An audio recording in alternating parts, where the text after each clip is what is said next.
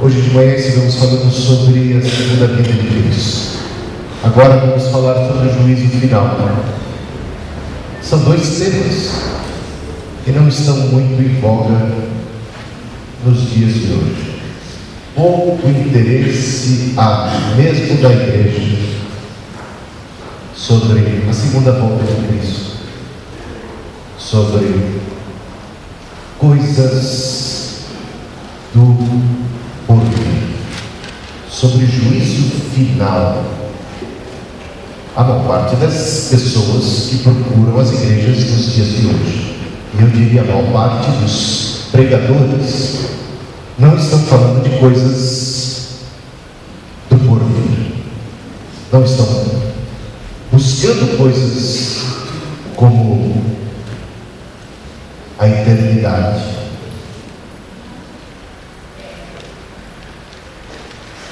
A concentração dos esforços e das buscas, inclusive da busca de Deus, é por uma vida melhor aqui na terra.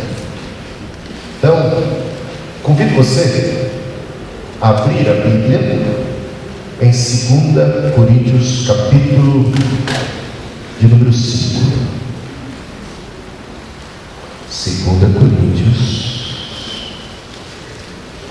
capítulo 5.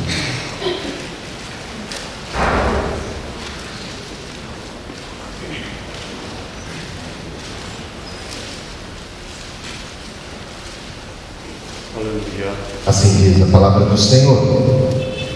Sabemos que se for destruída a temporária habitação terrena em que vivemos, temos da parte de Deus um edifício, uma casa eterna nos céus, não construída por mãos humanas. Enquanto isto gememos, desejando ser revestidos da nossa habitação celestial.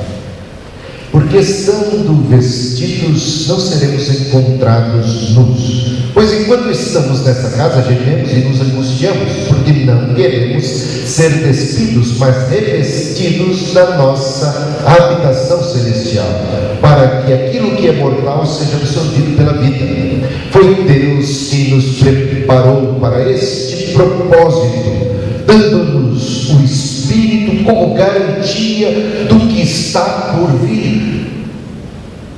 Portanto, temos sempre confiança e sabemos que enquanto estamos no corpo, estamos longe do Senhor, porque vivemos por fé e não pelo que vemos. Temos, pois, confiança e preferimos estar ausentes do corpo e habitar com o Senhor. Por isso temos o propósito de ser agradáveis, ou temos o propósito de lhe agradar, quer estejamos no corpo, quer o deixemos. Pois todos nós devemos comparecer perante o tribunal de Cristo, para que cada um receba de acordo com as obras praticadas por meio do corpo, quer sejam boas, quer sejam más. Queridos irmãos, o maior de todos os pecados, o pecado mais comum e de fato aquele que está por trás de todos os demais, é a ambição, é a cobiça. Diz João, falando sobre o perigo disso, ele chama isso de cobiça, concupiscência da carne, soberba da vida, concupiscência, cobiça dos olhos, os desejos, as paixões, a ambição que levou Eva a comer do fruto proibido, o desejo de experimentar, de satisfazer o ego, o desejo de sobressair, o desejo, inclusive, de ser como Deus, de ser o maior, o desejo da fama, o desejo da riqueza, o desejo dos prazeres, as ambições e todas as paixões que têm a ver com este universo, com este mundo, com um lado de cá, com debaixo do sol. Ah, são muitas as ambições. Olha, diz Thomas Brooks, a ambição é a miséria. A ambição é a miséria enfeitada, veneno secreto, praga oculta, executora do engano, mãe da hipocrisia, progenitora da inveja, o primeiro dos defeitos, ofensora da santidade e aquela que cega os corações, transformando medicamentos em doenças e remédios em males. Os lugares altos nunca deixam de ser incômodos, e as coroas estão sempre repletas de espinhos. A ambição é realmente um grande problema. Provérbios 1:19 diz: tal é o caminho de todos os gananciosos. Quem assim procede, a si mesmo se destrói. A gente tem que parar para pensar em tudo aquilo que a gente faz, em tudo aquilo que a gente busca, inclusive quando se trata de buscar a Deus. A gente toma muito cuidado com as intenções de nosso coração, porque enganoso é o coração, mais do que todas as coisas, tremendamente corrupto. Quem o conhecerá? Às vezes nós mesmos nos deixamos enganar pelo nosso próprio coração. Então a ambição é um mal. É por causa da ambição que as pessoas roubam. Foi por causa da ambição que Caim matou Abel. É por causa da ambição que as pessoas invejam. É por causa da ambição que as pessoas matam. É por causa da ambição que as pessoas puxam o tapete umas das outras. É por causa da ambição que as pessoas adulteram. É por causa da ambição que as pessoas cometem todo tipo de males, todo tipo de pecado. A ambição é perniciosa. A ambição é uma erva daninha. Temos que tomar muito cuidado com a ambição. Os ambiciosos, eles geralmente armam ciladas para si próprios e cavam o seu próprio poço que serão enterrados. Afastam-se de Deus e acabam não tendo escrúpulos. É muito perigosa a ambição. Mas existe, como a gente lê aqui nesse texto, propósitos da vida, ambições, que são ambições santas, que são ambições positivas. E há muito texto das Escrituras Sagradas que nos levam a ter essa espécie de ambição. Jesus mesmo falava com seus seguidores: olha, vocês não devem ambicionar coisas materiais, vocês não devem fazer coleção, juntar tesouros aqui na terra, porque isso é efêmero, a traça é ferrugem, corrói. Vocês devem ambicionar, juntar tesouros no céu. Ele eleva os nossos olhos para além desta vida. Para além desta vida, devemos buscar as coisas que são do alto. Buscar as coisas que são do alto é uma ambição. Uma ambição positiva que todos nós devemos ter. Deveria ser um anseio, um anelo dos nossos corações. Buscar agradar a Deus, como vemos aqui nesse texto tão lindo que acabamos de ler. Paulo, no versículo 9, ele diz: por isso temos o propósito de lhe agradar. Este era o alvo número 1 da vida de Paulo: agradar a Deus. Não importava agradar as pessoas pura e simplesmente. Paulo não era servo das pessoas, ele era servo de Deus. Servia até as pessoas como quem serve a Deus. Até agradava as pessoas, fazendo bem a elas, mas como quem serve a Deus. Não esperava eles ele recompensa humana. Não buscava ele um tesouro na terra, créditos, para serem compensados na sua conta terrena. Buscava ele agradar a Deus. Buscava ele acumular tesouros, galardões, recompensas celestiais divinas. Buscava ele o porvir. Investiu sua vida a agradar a Deus. Grande ambição teve Paulo. E Cristo nos convida a isso. Quando vocês orarem, vocês têm que tomar cuidado para não fazer da oração um veículo de autopromoção, como fazem os fariseus, que procuram na hora da oração créditos humanos, que procuram na hora da oração recompensas terrenas, que procuram sobressair, que procuram fazer longas orações e fervorosas orações, e para chamar a atenção, para mostrar como são espirituais, porque a sua preocupação na hora da oração é realmente conquistar créditos dos corações humanos. Não estão pensando em Deus quando oram. Incrível. Orar é falar com Deus, mas mesmo na hora da oração podemos estar esquecidos de Deus. E também quando vocês derem esmolas, fizerem ofertas, praticarem caridade, que aquilo que a tua mão direita fez, nem a esquerda saiba. Por quê? Porque você não busca recompensa terrena. Você não quer dar uma de bacana. Você não quer que todo mundo diga: uau, como essa pessoa é caridosa. Você não está buscando esse tipo de recompensa. Você está buscando agradar a Deus. E você sabe que Ele é galardoador daqueles que o buscam. E você sabe que tem muito galardão, muita recompensa, aquilo que a gente faz para Deus.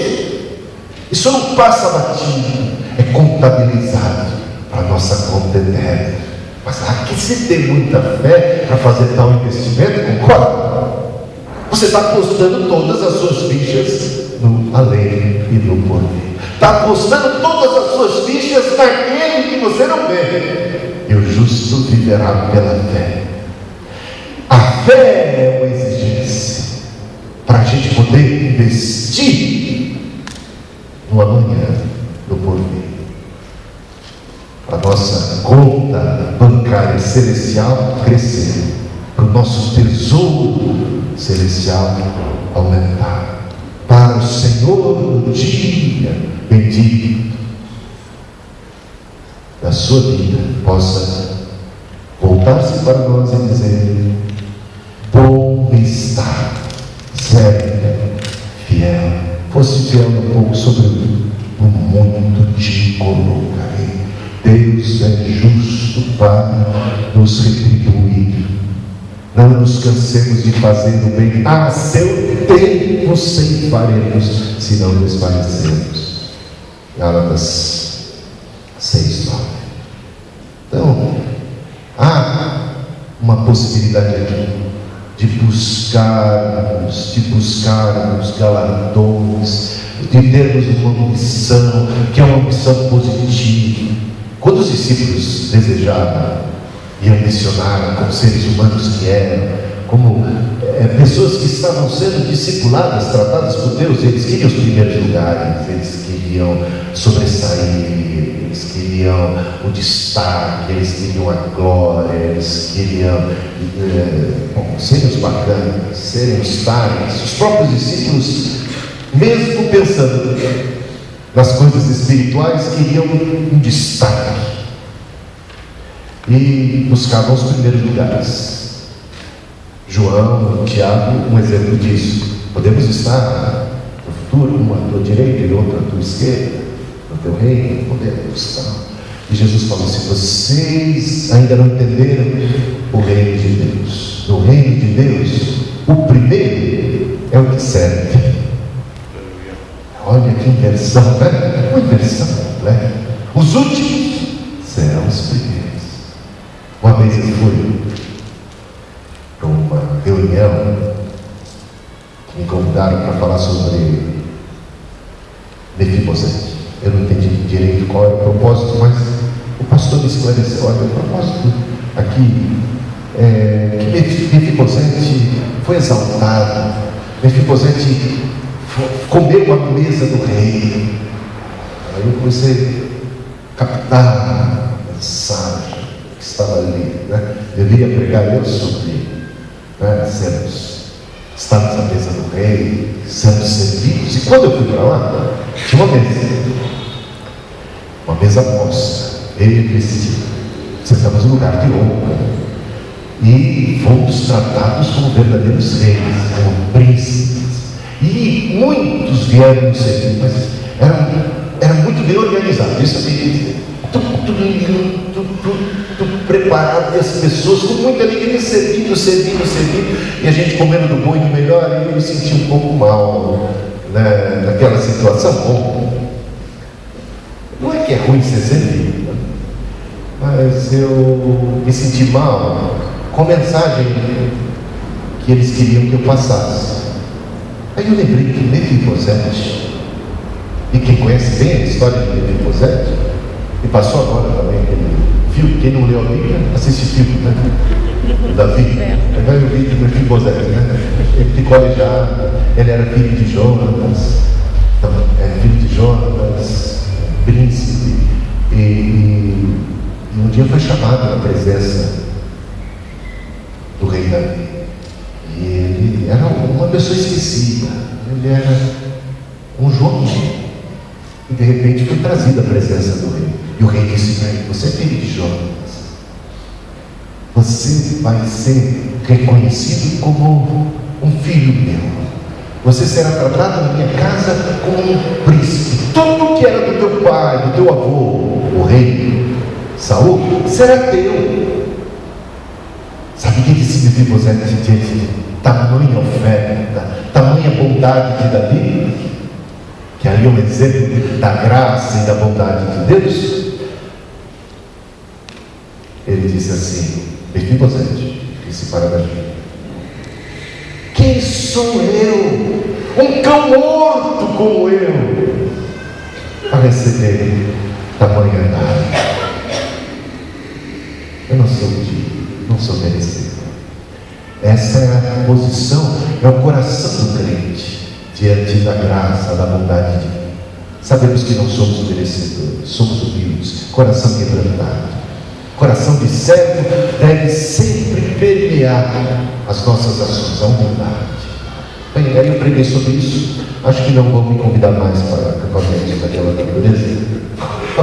Mas eu acho que eles aprenderam, pelo que eu entendi, eles não seguem mais essa doutrina que enfatiza a prosperidade, enfatiza poder, enfatiza o domínio, coisa não. Eles estão com o coração de servo. Acho que pode ter ajudado um pouco a mensagem. E aí eu disse: aqueles que vieram me servir no reino de Deus são tidos como maiores, porque maior é o que serve do que o que é servido. Assim como o Senhor Jesus, que era o maior de todos, lavou os pés dos discípulos, enxugou e serviu, e veio para servir e não para ser servido.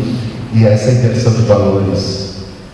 Então a gente serve aqui na terra, a gente serve com muita alegria, sabendo que grande é o nosso galardão, sabendo que estamos acima de tudo servindo a Deus que tudo vê e que é justo para retribuir a cada um segundo o bem ou o mal. Veja aqui que somos salvos pela graça, e ninguém deve duvidar disso. A salvação não se dá através de obras, não é algo de baixo para cima, algo que o homem faz e constrói, conquista.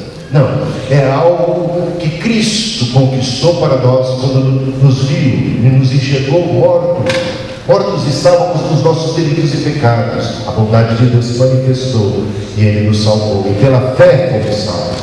Mas, uma vez salvos, recebemos o Espírito e devemos andar em Espírito.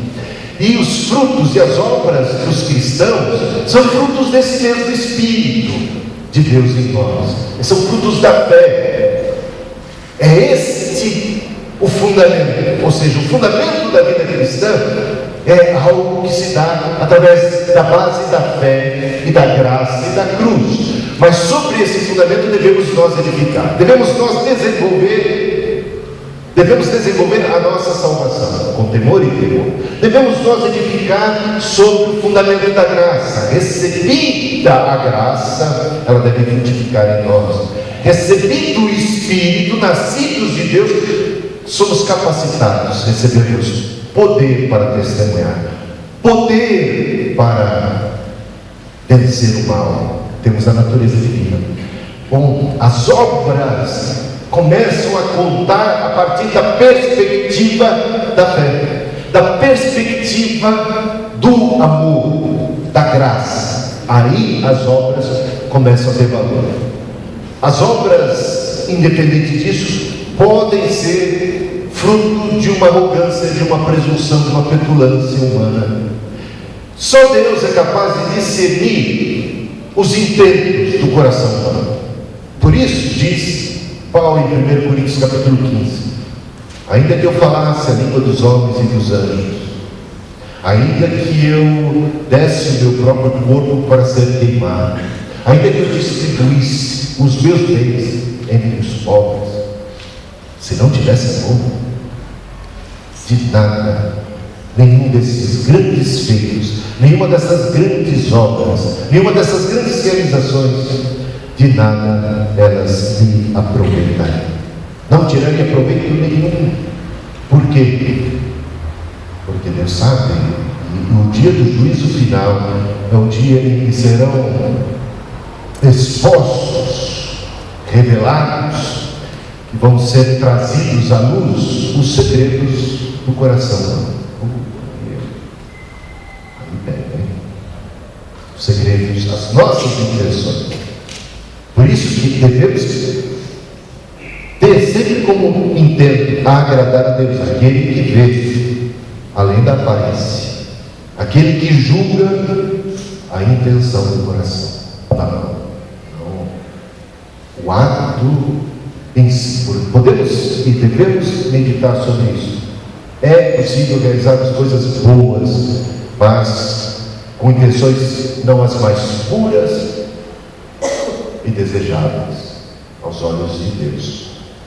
Podemos até ganhar créditos humanos, mas de nada nos aproveitará no dia do juízo final. E o que somos chamados é para agradarmos a Deus. Veja, João 6,27 diz assim: não trabalhem pela comida que se estraga, mas pela comida que permanece para a vida eterna, qual o Filho do Homem lhes dará. Deus o Pai nele colocou o seu selo de aprovação.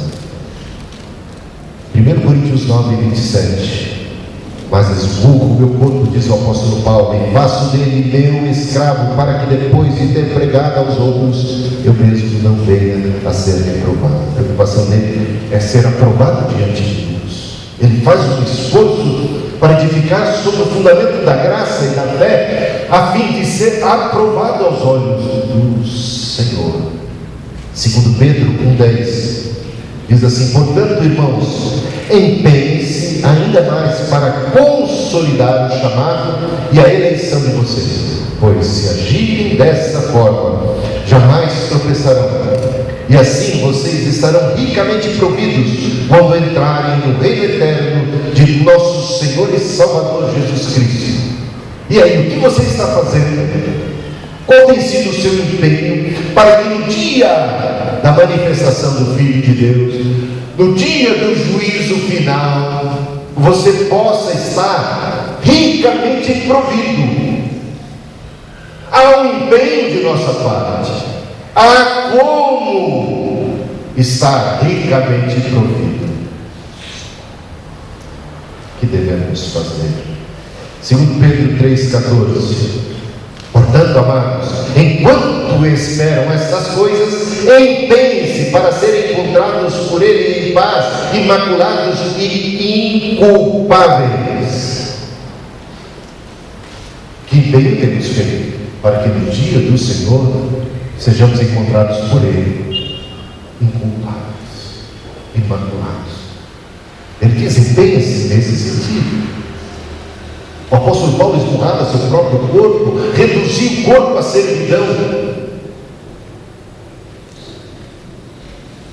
com vistas a esse bendito dia do encontro com o Senhor, dia em que todos seremos julgados. 2 Coríntios 6:1. Como cooperadores de Deus, insistimos com vocês para não receberem em vão a graça de Deus. Então, a exortação é para não recebermos em vão a graça. Opa, se existe uma exortação para não recebermos em vão a graça, é porque existe o perigo de recebermos a graça de Deus e simplesmente não fazermos nada a respeito dela, se tornar simplesmente algo vão, nenhum fruto, nenhum esforço de nossa parte, nenhuma cooperação com Deus, como diz aqui, somos cooperadores de Deus. Não fizemos nada. Recebemos a graça, recebemos o talento, lembra? E por um motivo ou outro enterramos nossos talentos. O talento se tornou simplesmente vão, nada foi feito com ele. Ele era um talento que potencializava a nossa vida, mas nós fizemos questão de enterrá-lo, de guardá-lo. Ele se tornou inoperante, inerte, infrutífero. De nada você tem cuidado. 1 Coríntios 15:58, todos sabem de cor e salteado. Portanto, meus amados irmãos, sejam firmes e constantes, sempre abundantes na obra do Senhor, sabendo que no Senhor o vosso trabalho, esforço, a obra, essa abundância, essa dedicação não é vã, não é grande galardão. Filipenses 4:18. Recebi tudo. O apóstolo Paulo está agradecido imensamente a oferta que ele recebeu dos irmãos. Ele diz que ele estava plenamente suprido. Recebeu através de Epafrodito os donativos que vocês enviaram, dizer, são uma oferta de aroma suave, um sacrifício aceitável e agradável a Deus.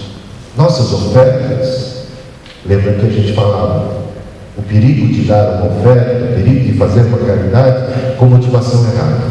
Mas o apóstolo Paulo percebe também a glória, a graça de fazermos uma caridade, de darmos uma oferta, e que ela suba a Deus como um aroma suave e agradável.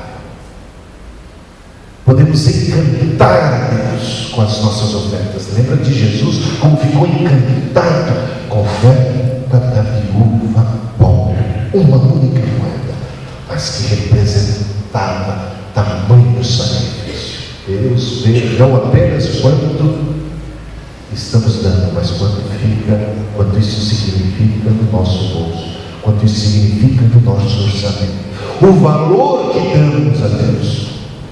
Aí é uma coisa de sua com Deus. Não é o pastor, não é a igreja, não é o tesoureiro, não é o irmão, é você, Deus. Deus sabe e Ele tudo vê. O apóstolo Paulo diz: são uma oferta de aroma suave, um sacrifício aceitável e agradável a Deus. Deus aceitou, recebeu, alegrou-se, foi honrado com aquela atitude. Temos nós honrado a Deus? Deus tem se alegrado em nós? Ou todos nós compareceremos perante o tribunal de Cristo? E quando se fala de tribunal de Cristo, nós a gente pensa, mas os salvos também, os salvos, como se dará isso? Mas os salvos não é uma condenação para os que estão em Cristo Jesus. Não entramos mais em juízo, já passamos da morte para a vida. Bem, é importante permanecer, que o dia do Senhor nos encontre firmes na fé, porque devemos permanecer e dar o devido fruto. Se somos salvos no dia do juízo, tem a parábola do grande juízo, que ele fala assim: no dia que Cristo voltar, Mateus 25, ele vai reunir todas as nações, e aí vai separar os bodes das ovelhas. Os bodes vão para a esquerda e as ovelhas vão para a direita. Estive com sede e não me desse de beber, vai dizer para os bodes. São atos. Veja que o que está sendo julgado ali são atitudes. Estive preso, prisioneiro, e não foste me visitar, não me assististe. Com fome nada recebi. Mas quando foi que te vimos assim, assado, Senhor? Todas as vezes que deixaste de fazer a um pequenino, a uma criatura de Deus, a mim, foi a mim que deixaram de fazer. E da mesma sorte, os benditos, os aprovados, os escolhidos, vão para a minha direita, benditos do meu Pai, porque tive com sede, com fome, nu e prisioneiro, me assistisse, me ajudasse. Mas nem sabemos quando foi isso. Todas as vezes que fizesses a um dos pequeninos, a mim me fizesse, diz o Senhor. O dia do juízo final é um dia de juízo generalizado. Estaremos todos uns para recebermos galardão, salvação, para sermos julgados e recebemos galardões segundo o bem ou o mal que praticamos. Outros para a condenação e o juízo. Bem, falando um pouquinho mais sobre o tribunal de Cristo, sobre o juízo final, temos Apocalipse 20, 11, que fala do grande trono branco. Diz também lá, Apocalipse 11: depois vi um grande trono branco, que é aquele que nele estava sentado. A terra e o céu fugiram da sua presença e não se encontrou lugar para eles. Vi também os mortos, grandes e pequenos, em pé diante do trono. E livros foram abertos, outro livro foi aberto, o livro da vida. Os mortos foram julgados de acordo com o que tinham feito, segundo o que estava registrado nos livros. Cuidado, porque está tudo sendo filmado. Você está sendo filmado, né? Você chega no elevador e você está sendo filmado. Seus atos estão sendo registrados. E assim vai. Romanos 14, 10 diz: portanto, você, por que julga seu irmão? E por que despreza seu irmão? Pois todos, dizem, e falando à igreja, todos compareceremos diante do tribunal de Deus. Tribunal de Cristo é a mesma coisa.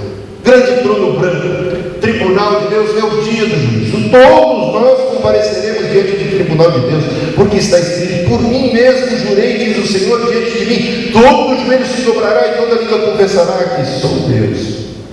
Assim cada um de nós prestará contas de si mesmo a Deus. Portanto, deixemos de julgar uns aos outros, em vez disso façamos o propósito de não colocar pedra de tropeço ou obstáculo no caminho do irmão. É isso aí. Tem mais. 1 Coríntios 3, 12. Olha só o risco que muitos crentes, eu estou falando agora de salvos, não estou falando de perdidos, de salvos, mesmo salvos podem no dia da salvação passarem apertados, ficarem até mesmo envergonhados. Como assim? Veja o que acontece aqui. Versículo 12, 1 Coríntios 3, 12, olha só. Se alguém constrói sobre esse alicerce, lembra? A gente tem que construir sobre o alicerce da fé, da graça, do Espírito. Se alguém constrói sobre esse alicerce, usando ouro, prata, pedras preciosas, madeira, feno ou palha, sua obra será mostrada, porque o dia atrará luz, pois será revelada pelo fogo, que provará a qualidade da obra de cada um. Se o que alguém construiu permanecer, esse receberá recompensa. Se o que alguém construiu se queimar, esse sofrerá prejuízo. Contudo será salvo, como alguém que escapa através do fogo. Gente, mas passou raspando, passou apertado. Tem muita gente que vai dizer assim: opa, tá bom para mim, só de estar salvo já está suficiente. Bom,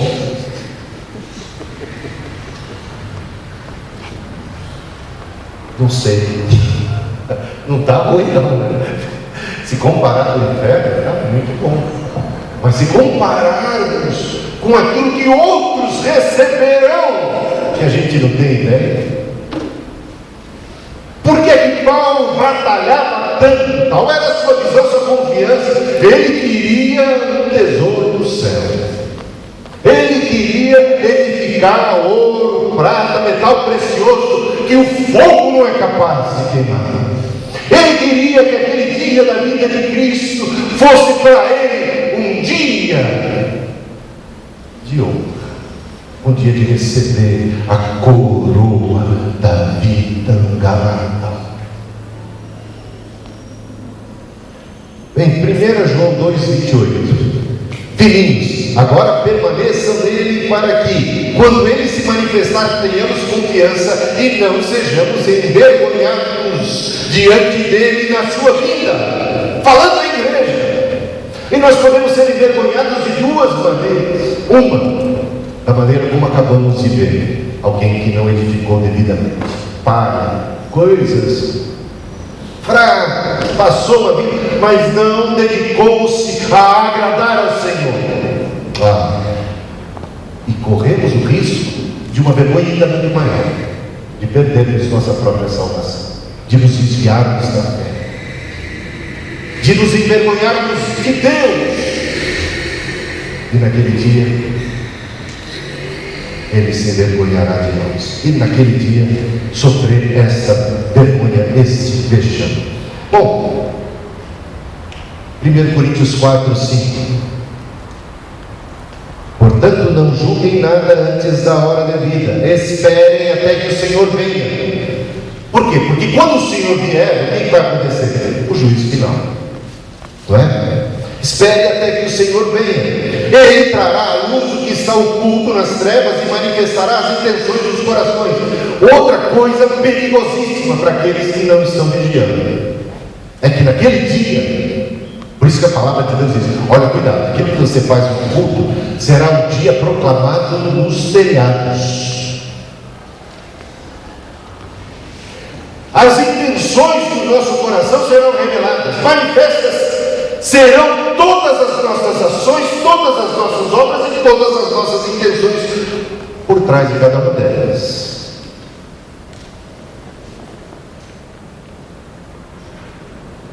Em Romanos 2,16, o Senhor vai julgar os segredos do coração. 1 Pedro 1,17: o Pai julga imparcialmente, quem não porta e se condenou. E Marcos 9,43, Jesus diz o seguinte: se a sua mão te faz tropeçar, corta ela fora, não é? Ninguém nunca leva muito a sério isso, mas é melhor entrar com a neta na glória do que com as duas mãos caminhar no lado. Não gostaríamos. E Jesus termina dizendo que aproveita o homem ganhar o mundo inteiro, a glória desse mundo, conquistar as coisas desta vida e perder a própria alma. Todos nós compareceremos diante do tribunal de Cristo para prestar conta. Qual é o anseio, o anelo do nosso coração? Vimos que o anelo do apóstolo Paulo, o propósito da sua vida era agradar a Deus. Vemos que ele não estava preso às coisas deste mundo. Ele aspirava, pelo texto que lemos de 2 Coríntios 5, ele aspirava até mesmo deixar o corpo, porque deixar o corpo para o cristão significa estar imediatamente na presença do Senhor, coisa incomparavelmente melhor. Ele não estava amarrado a esta vida, ele tinha consciência o tempo todo da fragilidade, da existência humana, da própria morte. Assim ele começa aquele texto: este tabernáculo. Se este tabernáculo, se esta tenda se desfaz, e com o tempo é o que acontece realmente com ela, mas cedo ou mais tarde todo mundo vai desfalecendo até o ponto de morrer, não temos prejuízo algum, porque não esperamos em Cristo apenas para esta vida. Almejamos novos céus e nova terra e um corpo incorruptível, e não apostamos as nossas fichas e não investimos o nosso tempo e todo o nosso esforço em conquistarmos o mundo, em agradarmos as pessoas, em recebermos honras, glórias, medalhas, dinheiro, riqueza, poder. Não está aqui a nossa ambição. Ambicionamos novos céus e nova terra. Nosso olhar está elevado. Grande é o galardão daqueles que agradam a Deus neste mundo. Não nos cansemos de fazer bem com o Espírito Santo. A seu tempo separemos, se não desfalecemos. Esta é a mensagem. Quem tem ouvidos, ouça o que o Espírito diz à igreja. Coloquemos em pé, curvemos a nossa fronte e busquemos ao Senhor.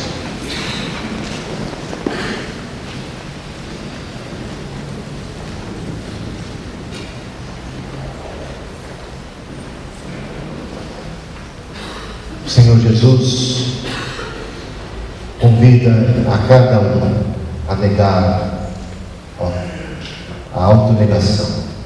Quem quiser vir após mim, que se negue-se a si mesmo. O Senhor Jesus convida a cada um a experimentar a cruz como uma morte para si mesmo, como uma morte para si. O Senhor Jesus nos convida para uma ambição diferente, muito superior e muito maior. Senhor Jesus, que nos convida, em cuja santa presença nos encontramos nesta hora. Temos ouvido a exposição da Tua palavra, pedimos socorro, pedimos ajuda, pedimos mais e mais do Teu Espírito em nós, pedimos graça sobre graça, pedimos perdão e misericórdia. Não nos deixes, Senhor, amarrados, presos, cobiçando as coisas desta vida. Ajuda-nos. O mundo passa e com ele todas as suas cobiças. Tudo que é cobiçado nesta vida passa. Mas aquele que faz a Tua vontade, aquele que Te agrada, esse permanece para sempre. Ajuda-nos a edificar-nos sobre o fundamento da fé. Ajuda-nos a sermos frutíferos, a amarmos ao Senhor sobre todas as coisas, próximo como a nós mesmos. Ajuda-nos a termos um coração de servo. Ajuda-nos, Senhor, a estarmos ouvindo a voz do Teu Espírito. Oh, Jesus maravilhoso, ajuda-nos a estarmos rendidos aos Teus pés, a buscarmos em primeiro lugar o Teu reino, a não andarmos ansiosos e aflitos e angustiados, e buscando e concentrados, oh Jesus, coisas efêmeras, transitórias, passageiras. Ensina-nos a Te agradar, ensina-nos a Te obedecer, ensina-nos a viver. Senhor, nós Te pedimos para que naquele dia nos encontremos entre os bem-aventurados, para que naquele dia estejamos entre aqueles que venceram, porque há, ó Senhor, uma vitória que nós devemos, nós mesmos pela fé, nós mesmos pelo Teu Espírito, mas nós precisamos vencer. Nós precisamos, Jesus, edificar coisas preciosas. Oh, Jesus, perdoa-nos os pecados, principalmente os de omissão, aqueles que até desconhecemos, a falta de amor, a falta de caridade, a falta de bondade. Perdoa-nos também aqueles que fizemos por maldade, que fizemos por ignorância, que fizemos por medo, que fizemos por qualquer outra razão. Oh Deus, tenha misericórdia de nós. Santifica-nos, Senhor, porque os puros de coração são esses que verão Deus, porque sem santidade ninguém verá o Senhor. Ajuda-nos. Ajuda cada um aqui, novo convertido, aquele que ainda nem sequer se batizou, aquele que está ouvindo a palavra, que está em dúvida. Teu Espírito trabalha, convencendo do pecado, da justiça e do juízo que se aproxima. E sabemos que o juízo pode chegar muito antes do que a gente imagina. Ele pode chegar por ocasião da nossa própria morte. A nossa morte foi via toda a esperança. Passamos por esta vida, Senhor, uma única vez. Ajuda-nos a aproveitar essa oportunidade. Em nome de Jesus. Depois disso vem o juízo. Que a tua misericórdia e a tua graça sejam sobre nós, hoje e sempre. Amém.